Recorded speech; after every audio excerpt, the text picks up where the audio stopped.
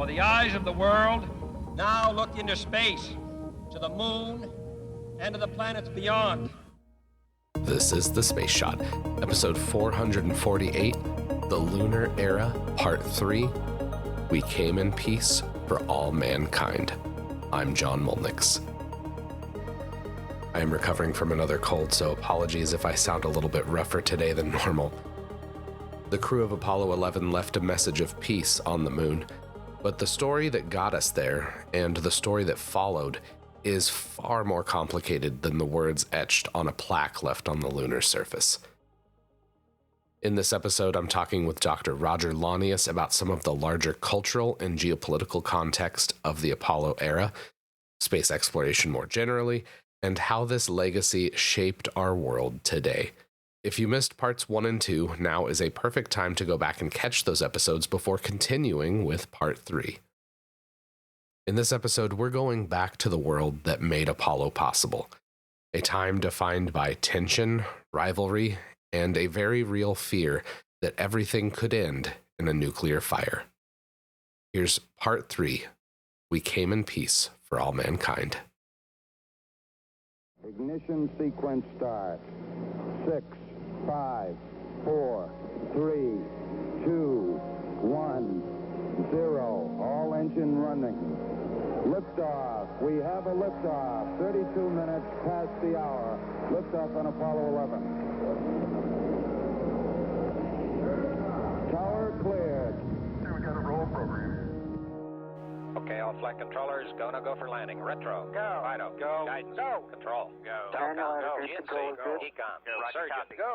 Capcom, we're go for landing. Eagle, Houston, you're go for landing, over. Stand by for 30. 4 forward. 4 forward, drift into the right a little. 30. 30 Down seconds. a half. 30 seconds. Forward, just. Good. Okay. Contact light. Okay, engine stop. ATA at a descent. Mode control, both auto, descent engine command override off. Engine arm off. 413 is in. We've had shutdown. We copy you down, Eagle. Okay, everybody, T1, stand by for T1. Tranquility Base here. The Eagle has landed. Roger, Tranquility. We copy you on the ground. You got a bunch of guys about to turn blue. We're breathing again. Thanks a lot. Thank you. You're looking good here. I'm going to step off the limb now. That's one small step for man. One giant leap for mankind. For those who haven't read the plaque, we'll read the plaque that's on the front landing gear of this limb. There's 2 hemispheres, one showing each of the 2 hemispheres of Earth. Underneath it says, "Here men from the planet Earth first set foot upon the moon, July 1969, AD. We came in peace for all mankind." It has the crew members' signatures and the signature of the President of the United States. Sure, I'm Roger Launius. I have spent 35 years doing aerospace history in some form or another, written several books on the subject. Most recently, 2024, Smithsonian Books published a Smithsonian Atlas of Space, which I am the author of. And that's sort of a big deal. I will say it's an accomplishment. The American Library Association's organization that oversees reference works have given it the Dartmouth Medal, which is their prize for the best book. When we think of Apollo, even if we don't know very much about it, most of us have probably heard of it, and that we know that it was a moon landing effort in the 1960s. And it was driven in large measure by a Cold War competition between the United States and the Soviet Union. And of course, the Soviet Union doesn't even exist any longer. But it was a big deal in those days. And we cannot understand these early efforts in space without having some sense of that Cold War mindset. We absolutely believed, and the Russians believed too, that we would nuke each other at any moment. It could happen, and the potential for that was very real. And for the first time in human history, and this makes it so unprecedented, the first time in human history, we had the ability to wipe out every living being on this planet. And we had peer competitors on the other side who were sort of intent on trying to do that. So this is what drove so much of the Apollo program. Now, we don't necessarily think about that in the same way anymore, but it's a critical element, and there's a mythology that we've sort of grown up that everybody thought it was great that we went to the moon. That's definitely not true. That's a myth. We did it for this Cold War competition purpose. That purpose was significant and by itself was enough to drive this particular effort. But there was a lot more beyond it as well. I could go on about mythologies. When we look back on it, we view it as this great, bright, shining moment. And those of us who know a little something about the subject, or maybe we lived through it, may think this even more so than those who were not alive at the time. But nonetheless, there's a sense that we had a leadership in the 1960s that said, we're going to do this, we're going to do it by the end of the decade. And lo and behold, we did that. How often does that happen? It doesn't happen very much in anybody's daily life. People promise things all the time and then don't deliver. But this was one in which we did that. So it's a huge success story in that particular sense. But that's only a very small part of this. That mythology also suggests that if we just set our minds to doing something, we will be able to accomplish it. And so it's a sense of American exceptionalism that's behind a lot of these ideas as well. That the United States is different from most of the rest of the world, and that exceptionalism suggests that it's better than the rest of the world. In the 21st century, you've probably heard about getting support for a moonshot to beat cancer. Obviously, a very good goal and noble goal, or a moonshot for some other program to get it back on track. But the actual moonshot, when we traveled to our moon, didn't exactly have the full support that most people think, especially in light of how much this moonshot cost. Obviously, it was a huge investment. And it doesn't sound like it today because it was about $24.5 billion in then-year dollars. Multiply that by the inflation factor, and you've got something approaching $500 billion.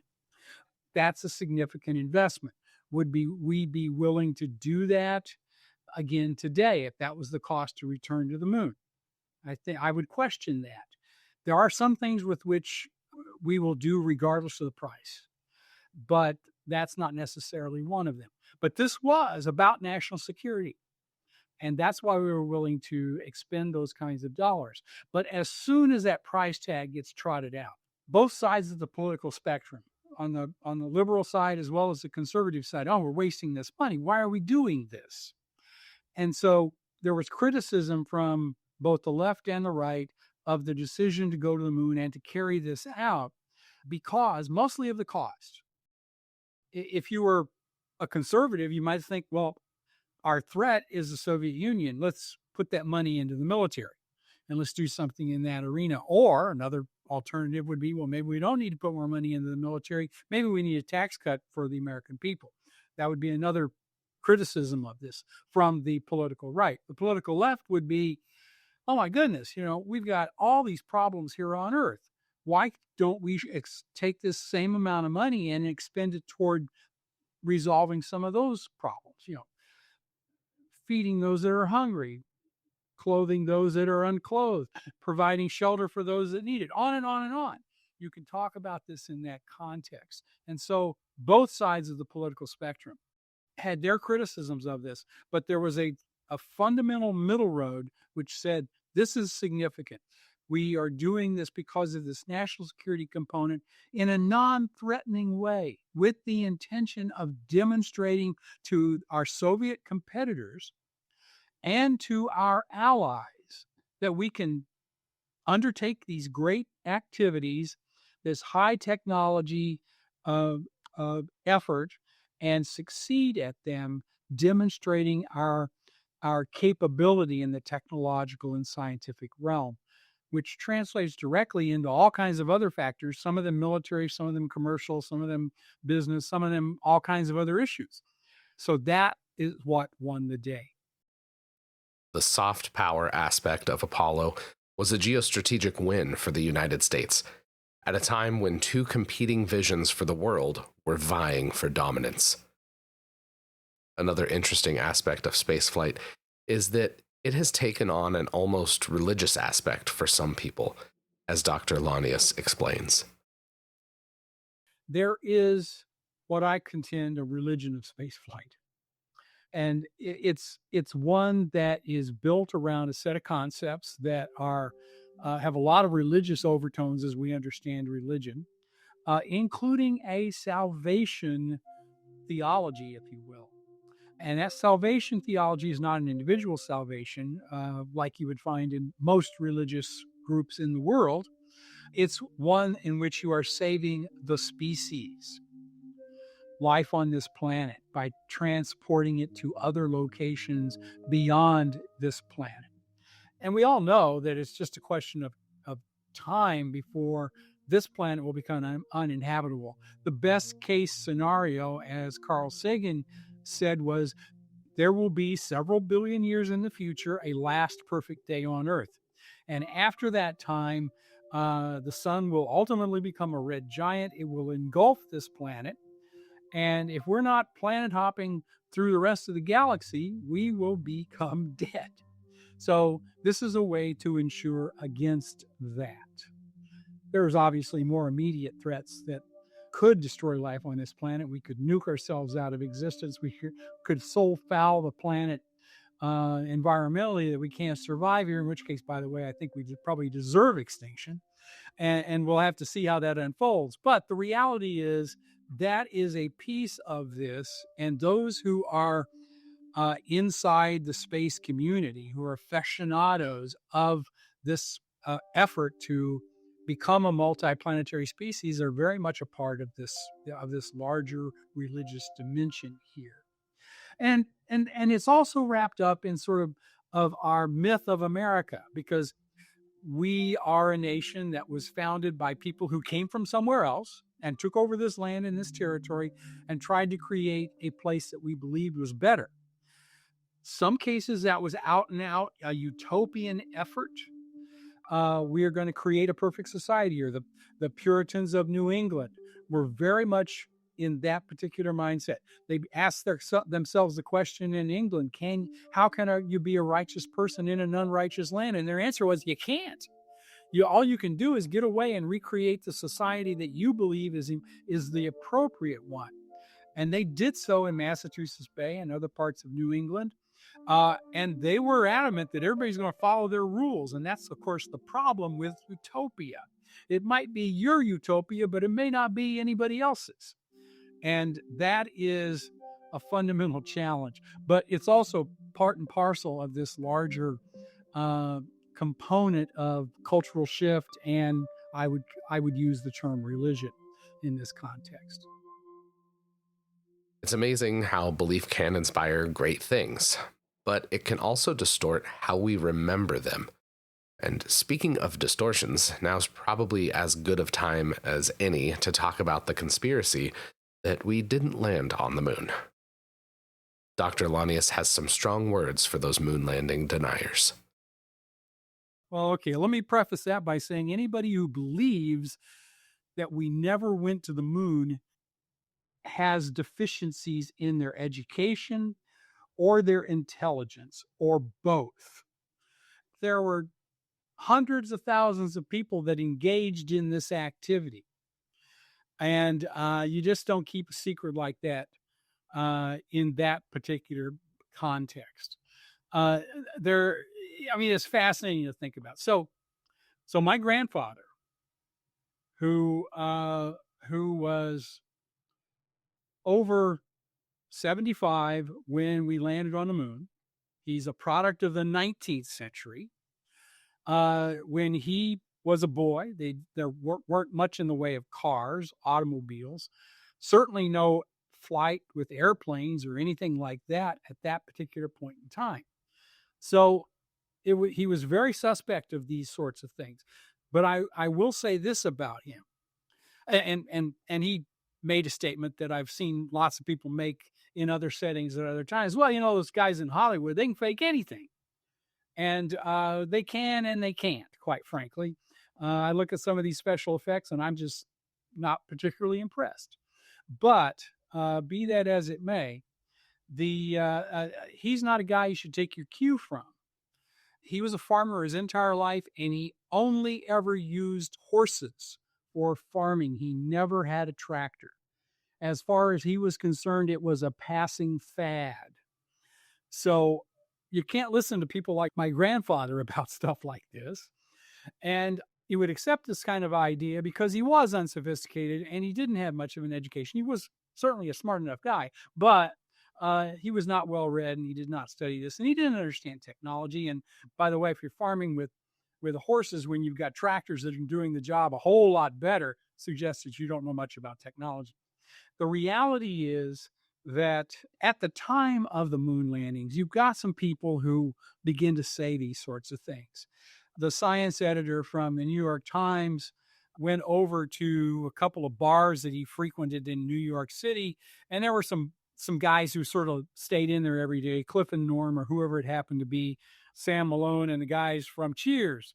A couple of know-it-alls who spout all kinds of stuff, most of which is incorrect. And he talked to these guys about landing on the moon, and they would say, I don't think they did this kind of stuff.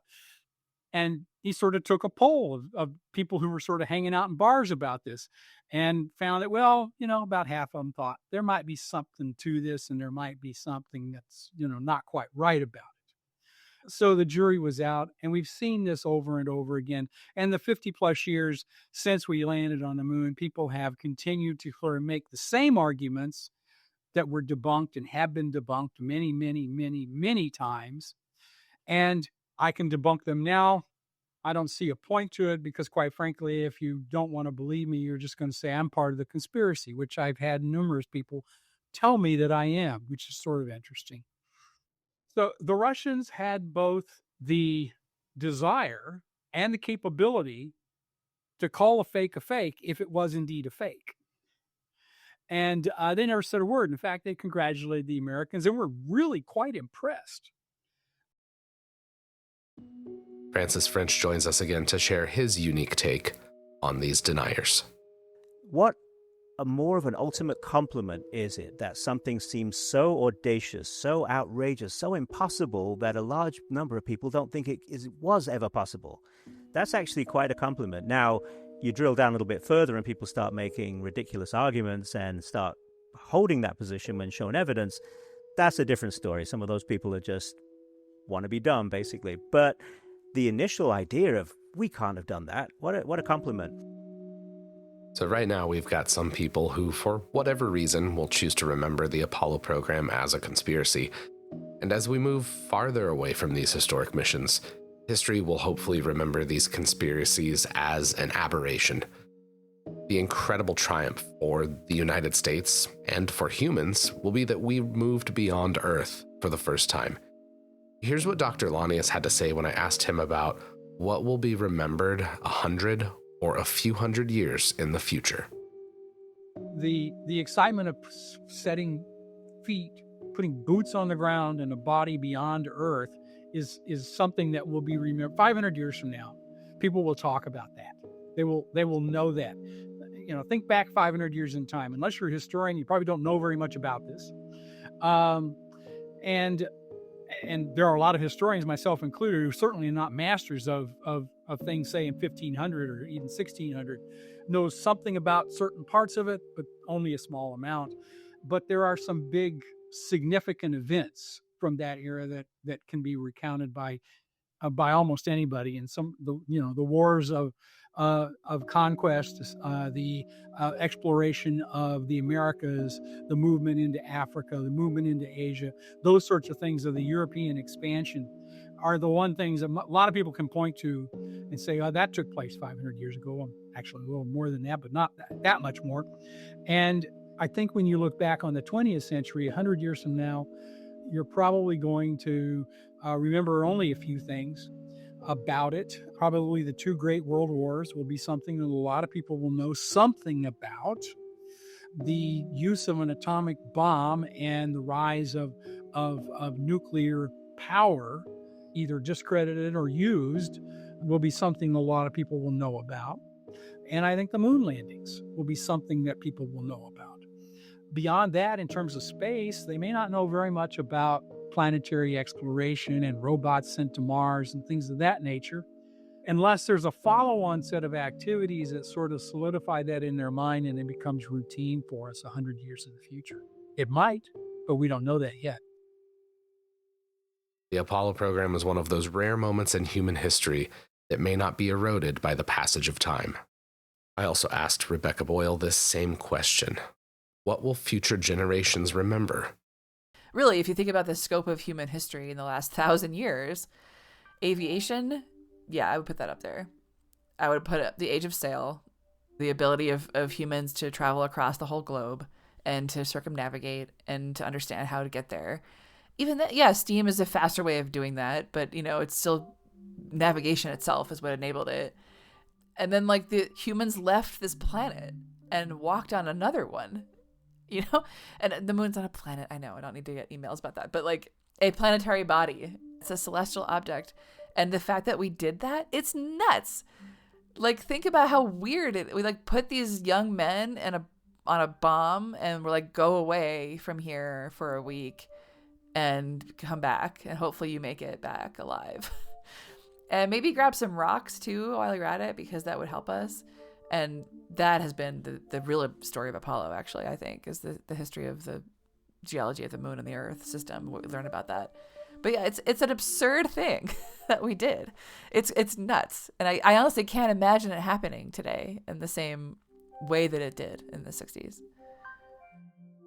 Apollo looks inevitable in hindsight, but at the time, it was absurd, ambitious almost to the point of recklessness. And that is part of what makes this period in history so special. The Apollo program may have come about in the Cold War, but interestingly enough, the people that flew these missions often transcended those disagreements and conflicts when they were in space. Francis French joins us again. One thing you see about pilots in World War memorials, in reunions after Korea, Vietnam, World War II, the Gulf, you name it, is often there have been people who have been flying against each other, trying to kill each other. A couple of years later, they are drinking and laughing and saying, you remember this, remember that, I was there, you were on the other side. And for outsiders, civilians like me, some of that seems really strange because you're thinking this was your mortal enemy. But the interesting thing, when I was writing the books about the Soviet Union cosmonauts as much as the American astronauts, trying to tell these human stories of people, is most pilots just love to fly. They do care, they're patriotic, they love their country, but given an airplane, that's what they're there for. They're there to fly. Yuri Gagarin, for example, first person in space, came from a very poor background. And at a certain point, he realized flying is what he wanted to do. He joined a hobby club, learned to fly, and he went, how do I keep doing this? Like most people around the world, you join your military. Does that mean you suddenly become a huge advocate of every policy your country is trying to do? Probably not. Maybe you do, but most people are like, I just really want to fly airplanes. They're going to pay me to fly planes? Great, I'm going to do that. So the things that these flyers have in common, no matter where they're from, are often a lot more than the things that keep them apart, which is more up to the politicians. And at the beginning of the space program, there were all kinds of conversations about the very first time American astronauts met Russian cosmonauts at an air show in a neutral European area. There was conversations up to the last couple of hours of, is this going to be okay? Maybe they should just walk by and see if they're there, and if they do, go over and shake hands, but this can't be a formal thing. All these conversations, which the pilots didn't care. They just wanted to go over and say hello and have a drink. You saw this very much with Alexei Leonov, the first person to walk in space, one of the original Soviet cosmonauts, and Tom Stafford, American astronaut, who they had been flying in East Germany and West Germany, ready to take off and shoot each other down if the Cold War got hot.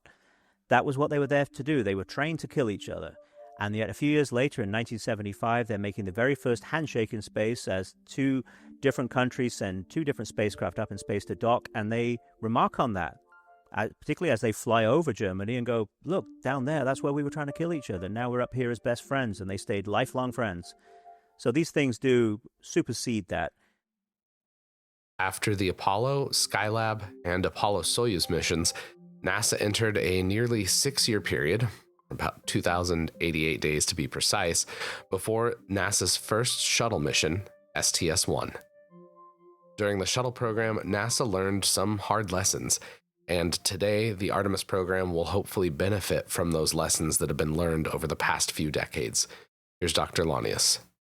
Well, I mean, we have to, obviously we have to relearn over and over again how hard this is to do. It is difficult to fly in space. It's difficult to fly anyway, but it's difficult to fly in space, especially the extremes of the environment, the difficulties of reaching it, the sustainment of long-term missions. Those are things that you sort of have to relearn over and over and over again. And even when you think you've got certain things learned, I mean, for instance, the space shuttle program was intended to be routine access to space, do it on a regular basis. In fact, the mission model in the 1970s, in the early 1970s anyway, but the point that they were just starting to build the shuttle, was going to be 50 missions a year. Can you imagine a space shuttle flight every week? Basically, that's what we're talking about. Well, it got cut back and cut back and cut back and cut back, as you know, and it wasn't feasible. And a question you have to ask is, what would you be doing in space with 50 space shuttles a year? You know, safety is prime. Accomplishing the mission is secondary to safety is prime, but you still want to accomplish the mission. And by the time of the Challenger accident in January of 1986, they had 25 missions under their belts, or they had 24. They were working on 25, and they lost a shuttle and killed a crew, and it's a horrific, horrible experience. And they had sort of forgotten some of the things that were prime previously and had become a little bit sort of complacent in these sorts of things. There were all of these efforts after the fact to understand not just the technical cause of the problem, which they knew pretty quickly what the problem was, and they knew the fix for that. But the larger issue was, how do you keep these things from happening again? Not this specifically one, but anything else. You don't want people to become complacent. And so they really worked hard on cultural change at NASA to try to focus on that. And the agency went back to flight 2.5 years, 30 months later, basically. And they successfully flew. They had glitches, they had problems, they had some crises, but they flew successfully without the loss of a crew. Again, until STS-107 in 2003, when they lost Columbia. And it was exactly the same problem. The cultural mindset that was driving the changes at NASA had to be relearned after that. How many times do we have to relearn these things? And I would contend that it's an ongoing process. And it's especially true in the context of operations, where you're doing the same thing day after day after day. How can you not get complacent? It's hard to do. And that's going to be a challenge moving forward. And that's one of the things that I hope NASA appreciates fundamentally. I mean, you know, this next mission to orbit with a crew around the moon on Artemis is probably going to be the safest mission they'll ever fly, because everybody's on their toes. Nobody wants this to fail. And you certainly don't want to have yourself be implicated in that process of failure. If you're doing it over and over and over again, it becomes harder and harder to do. The space program also opened up technical possibilities that laid the groundwork for the digital world we live in today. Dr. Launius shared this insight about an incredible piece of technology called the Apollo Guidance Computer. Can I just give one example of this that we don't hear a lot? You know, and I'm not talking about spinoffs here. NASA loves to talk about spinoffs. Things that found commercial product release after NASA sort of spent money investing in it to use it on spaceflight. There are things that happen like that, no question about it. But some of the things are accidental, and this is one. So in 1961, Kennedy said, let's go to the moon. NASA then begins the process of developing the technologies and creating the processes and training the astronauts and doing all the stuff that led to the moon landings. One of those things that they did was contract with the Stark Draper Instrumentation Lab at MIT to build an Apollo guidance computer. And it had to be a certain size, and it had to be a certain shape, and it had to have a certain amount of memory, none of which is very sophisticated from our perspective, but nonetheless, it was state-of-the-art in 1961. And Draper Lab brought together 500 or so of the best minds they could find in computing and put them to work working on this problem of building this guidance computer. And they built it, and it worked like a dream. And again, and I've seen lots of people at NASA and other places pull their cell phone out at this point and say, you have more computing power in your phone than they had in the Apollo guidance. And that's true. But the reason why you have that computing power is what happened next. At the end of the Apollo program, there's no more use for these people working at the Draper Lab building the Apollo guidance computer. They left that institution and they moved to universities and they moved to industry and they moved to think tanks and they went everywhere you can imagine, taking with them the knowledge they had gained from building that computer and their Rolodex. And when I say Rolodex, younger people look at me and say, what's that? I said, it's just your list of contacts. That's all it is. Their phone numbers, how to reach them, that kind of stuff. They took that with them and they seeded the microcomputing industry of the 1970s, setting in train a whole series of innovations that lead to our modern computing. And I don't know it's not that we never would have gotten there without them, but we wouldn't have gotten there as quickly. And that is an enormous benefit from this process, indirect, never intended by anybody, but I would contend is really significant. And there's lots of those kinds of stories. The Apollo missions were conducted in a world steeped in conflict, fear, hope, and ambition. The meaning of these missions stretch far beyond the actual missions themselves. They've steeped into our culture, technology, and collective memory. We also have the physical story of Apollo. The capsules, spacesuits, cameras, moon rocks, all those pieces that return to Earth. These artifacts help tell the story of Apollo for the next generation. Next time, we're going to catch up with Jim Remar and Michelle Hanlon to talk about these artifacts and landing sites and how it's crucial for us to preserve this history, both to remember the incredible accomplishments, but also to set the norms for behavior as humans return to the moon in the 21st century.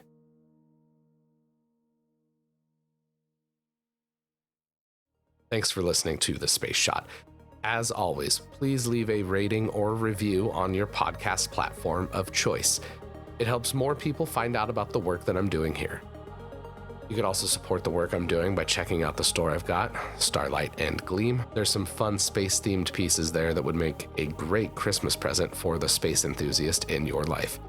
If you'd like to ask a question, you can also reach me at 720-772-7988.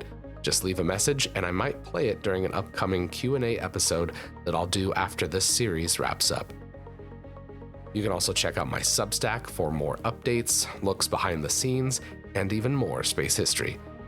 Music for this episode was licensed via Blue Dot Sessions. Full track information and links are in the show notes. Thanks for listening. I'm John Molnix, and I'll catch you on the flip side.